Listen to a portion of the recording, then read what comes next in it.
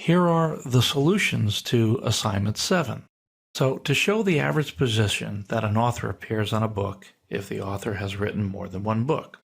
And I said you can stick with the social security number column. That way we didn't have to join to another table. So I'm going to show the SSN, the average author order, because that's the number that the author appears on a book. I'm going to count the social security numbers, because that's like counting the authors. So I do this all from the book author table, and I group by the SSN. But I don't want to just see an author that wrote one book. I want to see authors that have written more than one book. So I use the having as well, having a count SSN greater than 1. Step down here, in problem 2, we list the number of books that have the same publisher ID and price. Now, this is where it's a little tricky. One way to get the same publisher ID and price is to put it in a group by, because it's going to roll everything up by them being the same. It creates similar groups. So that's a way to roll up everything by sameness, if you will. I'm showing the pub ID, price, and the count from the book table where the price is not null, because I wanted you to make sure that the price is known. But I don't want to see just one book, because one book, of course, has the same publisher ID and price as itself. So I really need to have a having clause with the count greater than 1.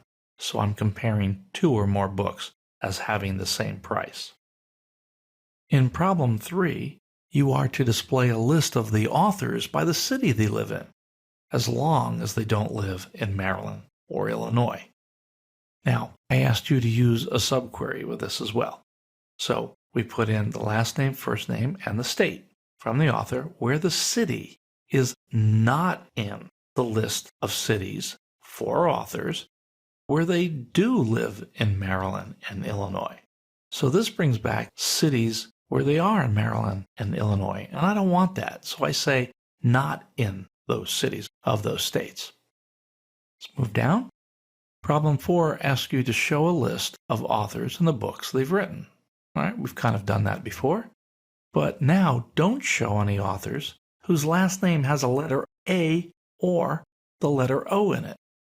So we're doing a 3-table join. We join the author to the book author using SSN. Then join that book author to the book using ISBN.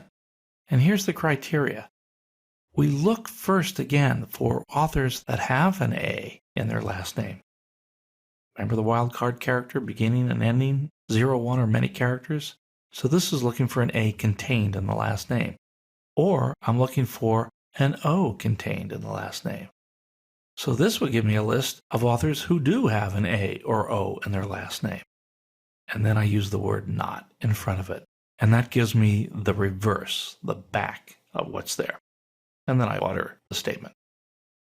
The last problem was to list the authors who have written books published by the publisher whose name begins with bin. So we're going to do pattern matching again, but this time we have a 4-table join. So from author to book author using SSN. Book author to book using ISBN. Now we have to join once again the book to the publisher table using the pub ID. If we look at the database diagram, we'll see that that is the column that they have in common. That's the connecting column. Where name, that's the publisher's name, is like bin. So we want it to begin with bin, and then we don't care what comes after it. And then I order it here as well. So those are the solutions to assignment 7.